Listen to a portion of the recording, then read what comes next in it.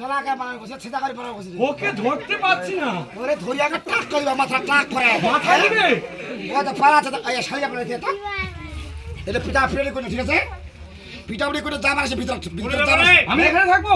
আরে আমি ভিতর যাবা আনলে সরছি আমি ভিতর যাবার আসিব ঠিক আছে ঠিক আছে।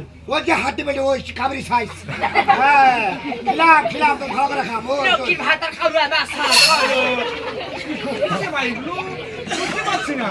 আচ্ছা তোর পিতাকে বল তোর পিতাকে বল এই হাড্ডি বেটি তোর পিতাকে বল হ্যাঁ হ্যাঁ হ্যাঁ আমার পিতা হ্যাঁ। সে ভোলা মহেশ্বর।